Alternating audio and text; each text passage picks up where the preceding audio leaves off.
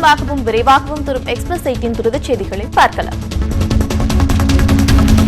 ராணுவம் பிரதமர் மோடியின் சேனை என பிரச்சாரம் செய்த மத்திய அமைச்சர் முக்தார் அப்பாஸ் நக்விக்கு தேர்தல் ஆணையம் கடும் கண்டனம் தெரிவித்துள்ளது.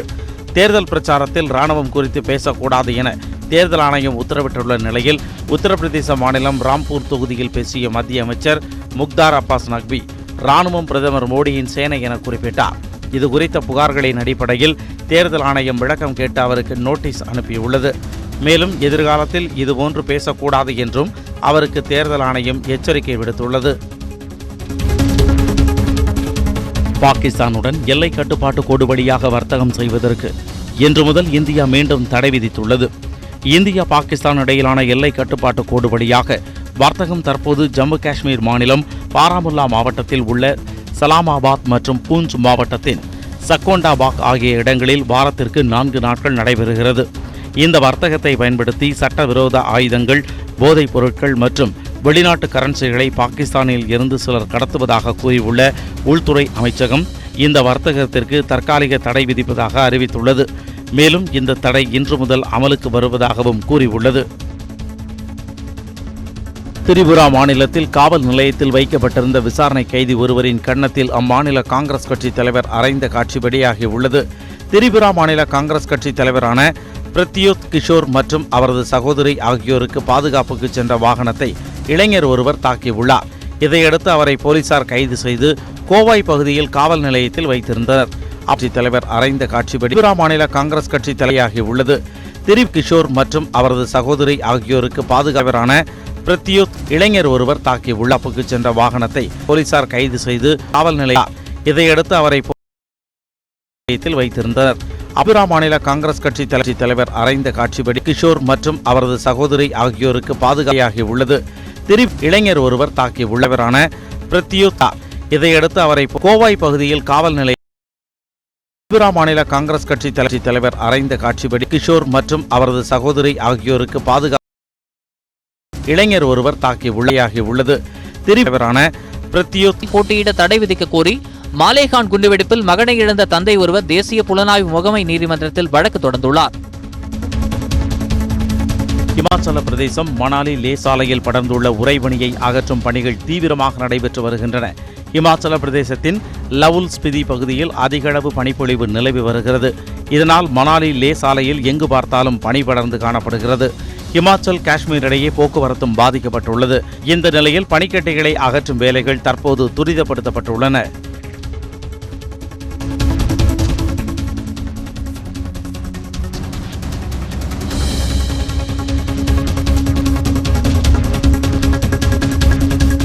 தூத்துக்குடியில் திமுக வேட்பாளர் கனிமொழி வீட்டில் சோதனை நடத்திய அதிகாரிகள் மீது தேர்தல் ஆணையம் நடவடிக்கை எடுக்க வாய்ப்பிருப்பதாக தகவல் வெளியாகியுள்ளது. தூத்துக்குடி மக்களவைத் தொகுதி வேட்பாளர் கனிமொழி தங்கியிருந்த வீட்டில் கடந்த 16ஆம் தேதி வருமான வரித்துறை அதிகாரிகள் திடீர் சோதனை நடத்தினர். அதில் பணம் எதுவும் கைப்பற்றப்படாத நிலையில் சோதனை குறித்தும் சோதனை நடத்தியதற்கான காரணம் குறித்தும் தேர்தல் ஆணையம் விரிவாக அறிக்கை கேட்டுள்ளது. வருமான வரித்துறை தாக்கல் செய்யும் அறிக்கையின் அடிப்படையில் அடுத்த கட்ட நடவடிக்கைகள் குறித்து ஆலோசிக்கப்படும் என கூறப்படும் நிலையில் உரிய காரணங்களின்றி சோதனை நடத்தப்பட்டிருந்தால் அதிகாரிகள் மீது நடவடிக்கை பாயவும் வாய்ப்பிருப்பதாக தேர்தல் ஆணைய வட்டாரங்கள் தெரிவிக்கின்றன. கோவை மற்றும் கொடைக்கானலில் பெய்த மழையால் வெப்பம் தணிந்து இதமான சூழல் நிலவியது. கோவையில் கடந்த 2 மாதங்களாக கடும் வெயில் வாட்டி வந்த நிலையில் நகரின் பெரும்பாலான பகுதிகளில் நேற்று மாலை மழை பெய்தது. 1 மணி நேரத்திற்கு மேலாக பெய்த மழையால் சாலைகளில் ஆங்காங்கே வெள்ள நீர் தேங்கியது. திடீர் மழையால் பொதுமக்கள் மகிழ்ச்சி அடைந்தனர். இதனிடையே கொடைக்கானல் பகுதியில் மாலை 6 மணிக்கு இடி மின்னலுடன் கனமழை பெய்தது. 1 மணி நேரம் பெய்த மழையால் பல்வேறு இடங்களில் மரக்கிளைகள் முறிந்து விழுந்தன. பெருமாள் மலை அருகே சாலையில் மரம் விழுந்ததால் அரை மணி நேரம் போக்குவரத்து பாதிக்கப்பட்டது. வெள்ளி நீர்வீழ்ச்சியில் தண்ணீர் ஆர்ப்பரித்து கொட்டியது. அணைகளுக்கும் நீர்வரத்து அதிகரித்தது. திருப்பூர் மாவட்டம் அவிநாசியில் உள்ள அவிநாசி லிங்கேஸ்வரர் ஆலயத்தில் நடைபெற்ற அம்மன் தேர் இழுக்கும் நிகழ்ச்சியில் ஏராளமானோர் கலந்து கொண்டனர். சித்திரை திருவிழாவையொட்டி அவிநாசி லிங்கேஸ்வரர் ஆலயத்தில் பெரிய தேர் இழுக்கும் நிகழ்ச்சி நேற்று முன்தினம் நடைபெற்றது. இதனைத் தொடர்ந்து சிறிய தேரான கருணாம்பிகை அம்மன் தேர் இழுக்கும் நிகழ்ச்சி நேற்று நடைபெற்றது. கோவை, ஈரோடு உள்ளிட்ட பல்வேறு மாவட்டங்களிலிருந்து பெண்கள், குழந்தைகள் என ஆயிரக்கணக்கானோர் கலந்து கொண்டு தேரை வடம் பிடித்து இழுத்து வழிபட்டனர். வழக்கமாக பகல் நேரத்தில் நடைபெறும் தேர் திருவிழா வாக்குப்பதிவு தினம் என்பதால் இந்த ஆண்டில் மாலை நேரத்தில் நடத்தப்பட்டது. நாகை மாவட்டம் மயிலாடுதுறையில் உள்ள பழமை வாய்ந்த ஐயாரப்பர் ஆலயத்தில் சித்திரை திருவிழாவையொட்டி நடைபெற்ற தேர் திருவிழாவில் ஏராளமான பக்தர்கள் கலந்து கொண்டனர். சோழ மன்னர்களால் கட்டப்பட்ட இந்த ஆலயத்தின் சித்திரை பெருவிழா கடந்த 10ஆம் தேதி கொடியேற்றத்துடன் தொடங்கியது. இதன் தேர் திருவிழா நேற்று நடைபெற்றது. இதையொட்டி ஐயாரப்பர் மற்றும் அம்பாளுக்கு சிறப்பு அபிஷேக ஆராதனைகள் நடைபெற்றன. இதையடுத்து 4 வீதிகள் வழியாக நடைபெற்ற தேரோட்டத்தில் ஏராளமான பக்தர்கள் பங்கேற்று சாமி தரிசனம் செய்தனர். பெரிய வியாழனையொட்டி தூத்துக்குடி திரு இருதய பேராலயத்தில் நடைபெற்ற சிறப்பு ஆராதனையில் ஏராளமானோர் கலந்து கொண்டு பிரார்த்தனை செய்தனர். ஈஸ்டர் பண்டிகைக்கு முந்தைய 40 நாட்களை தவக்காலமாக கிறிஸ்தவர்கள் கடைபிடிப்பது வழக்கம்.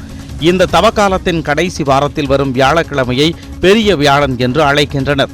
தமது சீடர்கள் 12 பேரின் பாதங்களை இயேசு கிறிஸ்து கழுவி இரவு உணவு அருந்திய நிகழ்ச்சியை நினைவுகூரும் வகையில் புனித வியாழன் அனுசரிக்கப்படுகிறது.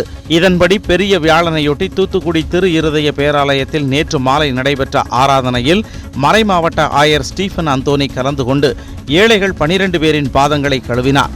இதனைத் தொடர்ந்து நடைபெற்ற சிறப்பு பிரார்த்தனையில் ஏராளமானோர் கலந்து கொண்டு பிரார்த்தனை செய்தனர். மதுரையில் திமுக பிரமுகரின் உறவினர் ஒருவரை அடையாளம் தெரியாத கும்பல் ஓட விரட்டி கொலை செய்தது. மதுரை சிந்தாமணி பகுதியில் உள்ள வாக்கு மையத்தில் MS பாண்டி என்பவர் வாக்களிக்க சென்றபோது அங்கு ஆட்டோவில் வந்த மர்ம கும்பல் திடீரென அவரை விரட்டி வெட்டி கொலை செய்துவிட்டு தப்பிச் சென்றது. விசாரணையில் பாண்டியின் மாமனாரும் திமுக பிரமுகருமான குருசாமிக்கும் அதே பகுதியைச் சேர்ந்த ராஜபாண்டி என்பவருக்கும் கடந்த 10 ஆண்டுகளாக முன்விரோதம் இருந்து வருவதாக கூறப்படுகிறது. இதனால் இருதரப்பிலும் இதுவரை 12 பேர் கொலை செய்யப்பட்டிருப்பதாகவும் இந்த கொலைக்கும் முன்விரோதமே காரணம் என்றும் விசாரணையில் தெரிய வந்துள்ளது. சீர்காழி அருகே பணி நேரம் முடிவடைந்து விட்டதாக கூறி சரக்கு ரயிலை ரயில் என்ஜின் ஓட்டுநர் நிறுத்திவிட்டதால் ரயில்வே கேட்டை கடக்க முடியாமல் வாகன ஓட்டிகள் அவதிக்குள்ளாகினர்.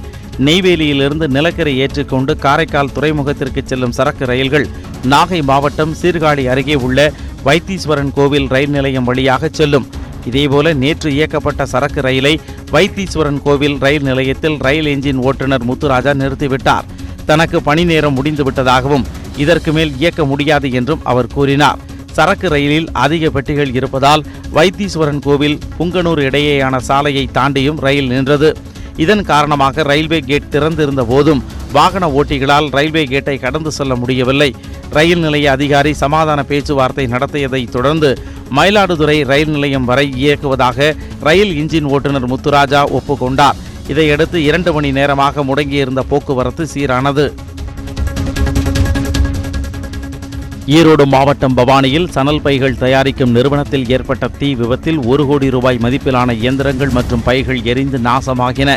செங்காடு என்ற பகுதியில் செயல்படும் சணல் பைகள் தயாரிக்கும் நிறுவனத்தில் வாக்குப்பதிவையொட்டி தொழிலாளர்களுக்கு நேற்று விடுமுறை அளிக்கப்பட்டிருந்தது. இந்நிலையில் தொழிற்சாலையிலிருந்து நேற்று மாலை புகை வெளியேறியது. தகவல் அறிந்து சம்பவ இடத்திற்கு வந்த பவானி தீயணைப்பு துறையினர் 2 மணி நேரம் போராடி தீயை அணைத்தனர். எனினும் இயந்திரங்கள், மூலப்பொருட்கள், தயாரிக்கப்பட்டிருந்த சணல் பைகள் என 1 கோடி ரூபாய் மதிப்பிலான பொருட்கள் எரிந்து நாசமாகின. ஜெட் ஏர்வேஸ் விமான சேவை நிறுத்தப்பட்டதால் பயணிகளின் சிரமத்தை குறைக்க தேவையான நடவடிக்கைகளை எடுத்து வருவதாக விமான போக்குவரத்து இயக்குநரகம் தெரிவித்துள்ளது. கடும் நிதி நெருக்கடி காரணமாக வெளிநாடு மற்றும் உள்நாட்டு விமான சேவைகளை ஜெட் ஏர்வேஸ் விமான நிறுவனம் நிறுத்திக் கொண்டதால் அந்நிறுவனத்தில் பணிபுரிந்த ஆயிரக்கணக்கான ஊழியர்கள் வேலை இழந்துள்ளனர்.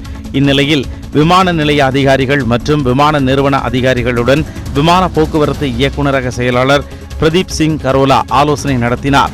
பின்னர் பேட்டியளித்த அவர் விமானங்களை இயக்குவதற்காக ஜெட் ஏர்வேஸ் நிறுவனத்திற்கு ஒதுக்கப்பட்ட நேரத்தை பிற விமான நிறுவனங்களுக்கு வழங்க இருப்பதாக தெரிவித்தார். 3 மாதங்களுக்கு இந்த நேரம் பிற நிறுவனங்களுக்கு வழங்கப்படும் என்றும் இதன் மூலம் பயணிகளின் சிரமம் குறையும் என நம்புவதாகவும் பிரதீப் சிங் கரோலா கூறினார்.